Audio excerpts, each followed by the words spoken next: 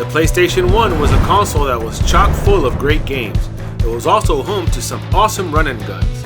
Many of them have been lost in time, so on today's episode, I'm going to be talking about some of them.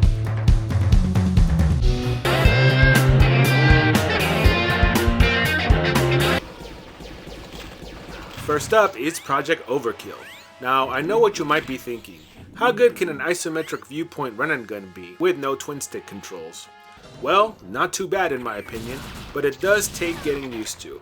In Project Overkill, you play as one of 4 mercs who take on a variety of missions to eliminate an evil group called the Viserions. To do this, you go on several missions that have you doing things like taking out water facilities, inciting riots in prisons, and taking out entire settlements of Viserions. It's fun stuff. As I mentioned before, the game's controls can take getting used to. The aiming of your weapon is a big issue. This is because in order to aim it, you need to press one of the face buttons on the controller. For example, to aim to the top left, you have to be facing the top left and press square and triangle at the same time. You might be thinking, do I have to be facing the top left too? The answer is yes, there is no strafing allowed in Project Overkill, and yes, it does suck. There were many times playing where I got confused with the buttons and was shooting at an entirely different target. It's not good and it took me a while to get used to. But once I did, I started having a lot more fun with this game. Ammo is a big deal in Project Overkill. If you can't find enough ammo for your various weapons, you must take out your enemies with melee attacks, which can spell certain death, especially in the later levels. Much like other games, some characters are better at melee attacks than others. Some are a lot faster, and some are better with guns. You get the idea. You hardly get to know any of the mercs, however, because there is no in-game dialogue, and really nothing to supply a backstory for them. It would have been a nice touch to know who these dudes actually were, but it's not a deal breaker. This game is probably one of the goriest games on the PS1. Lots of blood and the death animations kept things interesting. Most of your enemies will be people, but the game also mixes robots and monsters into the fun. The missions in this game can be quite challenging, and after beating each level, you get a kill count percentage. Some of the missions don't allow you to beat the stage without getting a specific kill count percentage. There's a lot of exploring to do, and you'll be finding key cards to open doors or items to sabotage things. It's not outside of the realm of these Diablo type games. Now, this isn't a traditional run and gun per se, but I decided to put it on this list because the gameplay is mostly a run and gun affair. That, and I haven't heard anyone really talk about this game previously on YouTube, so there you go. Have you played this game? There's something so satisfying about taking a weapon in your hand and just shooting indiscriminately at anything that moves. That's probably why games like Loaded are so fun. In this top-down run and gun, you get to do just that in an often chaotic manner. You choose from 6 different characters that each have their own stats and weaponry. As the story goes, you are basically an anti-hero who must first break out of a prison in your mission to stop the evil dude of the game, Fat Ugly Boy, or FUB. As one of the 6 criminals, you take on a variety of missions, mostly having to do with finding key cards that you use to exit the level. If that sounds easy, it's not. And that's because each level has tons of enemies to kill. Luckily, each character is armed with their own special weapon, such as a flamethrower, a plasma gun, or a missile launcher. You get unlimited ammo with the weakest form of the weapon, which is okay, but doesn't kill fast enough. If you want to totally obliterate your enemies, you will need to power up your weapon by finding these skull boxes. Once your weapon is powered up, you start spending ammo, so you can't just run into battles all trigger happy. The game tracks your accuracy, how much money you have collected, and how many enemies you have killed, and ranks you after each stage.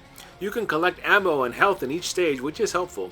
It takes a bit of self-control not to take the health pack when you are fully powered up because you never know when you are going to need it. The levels in this game fall very much on the darker and drabber side, but that's okay. There's enough blood and gore in each stage to keep you interested. As you beat stages, you begin to encounter new enemies, and of course, they are a lot tougher. Aside from your gun, each character is armed with a smart bomb, mine, or magic attack. You have to experience with each character to get a sense of what fits your playstyle best. You can shoot your gun in 8 directions and hold L1 to strafe and shoot. The square button serves as a run button, and X shoots your weapon. It's all pretty basic stuff, and I'm thankful that the game lets you strafe. The characters in this game are memorable and are, well, named and dressed rather colorfully. It reminded me a lot of the Suicide Squad. This too is a game that I don't see enough YouTubers talking about, but they should be, because it's an awesome run and gun that everyone should try.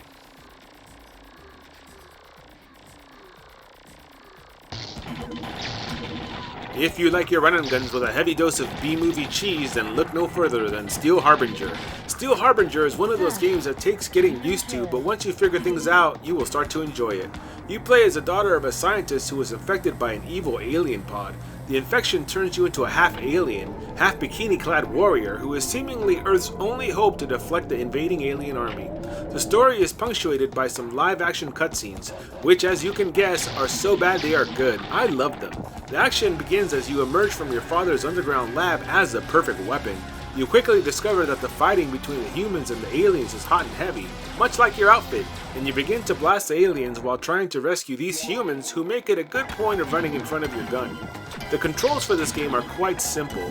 You can jump and shoot. It's really just that simple.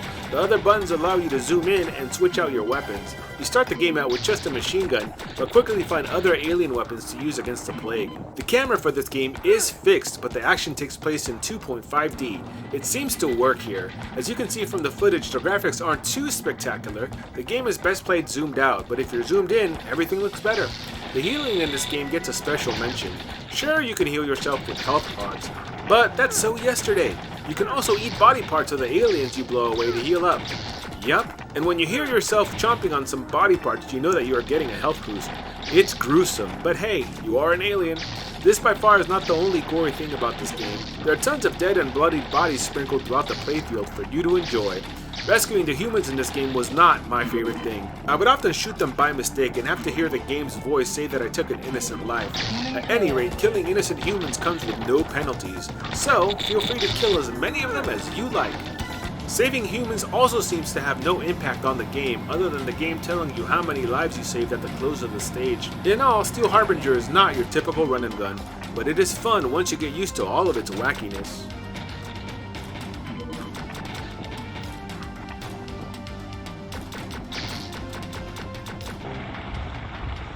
Talk about a crazy difficult run and gun. One is a game that really tests your gamer skills, mostly because of its janky game design. More on that later, but if you're the type of gamer who doesn't run from a challenge, then this is a game for you. You play as a dude with a gun as his arm who is being hunted by police. It's up to you to figure out the rest. The game doesn't give you much in the way of story. All I know is that you are running for your life. As expected, this game starts out at a frantic pace. 1 minute you're chilling in your apartment, the next you are running on a narrow platform, avoiding enemy missiles, explosions, and debris. This is where you first get a taste of the game's brutality, and if you get past this point without rage quitting, you can consider yourself a retro gamer. It's not so much the controls of the game that make this game crazy difficult, it's the level design and platforming. That jump that you think you nailed? Nuh-uh. You end up falling in the pit. I'm not sure if it has to do with the game's detection or what. There are other times where you fall through the floor or slide off of a platform to your death by simply moving too close, but not over the edge. It's jank. But aside from these flaws with the game, the run and gun combat in 1 is extremely satisfying, especially when you power up your weapon. How do you do this, you might be asking? You power up your gun to its fullest charge by killing. Killing is the name of the game here, and the more people you kill and environment you destroy, the more raged out you get and then become unstoppable. It's getting to that raged out mode that is the challenge. The enemies in this game are mostly police who are trying to kill you. You will be taking on bosses in this game as well, but they aren't too difficult. It makes for a well-rounded combat experience. Luckily, the game allows you to save via memory card and also gives you a password if you don't want to use the space up on your card. 1 is a game that anyone who loves a good challenge and loves the run and gun genre should try at least once. In fact, I wouldn't mind seeing a remake of this game on the newer consoles. Before we get into the final game, let's take a look at some honorable mentions.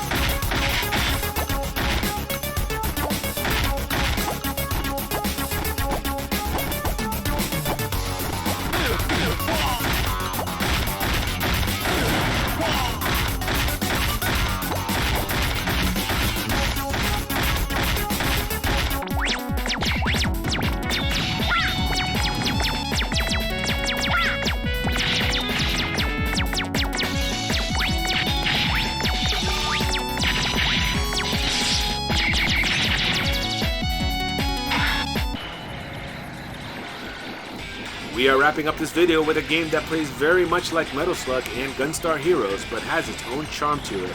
Of course, we are talking about Rapid Reload. If you have never heard about this game, it may be because it was never released in the US. Nope, this was released only in Europe and in Japan, where it's known as Gunner's Heaven.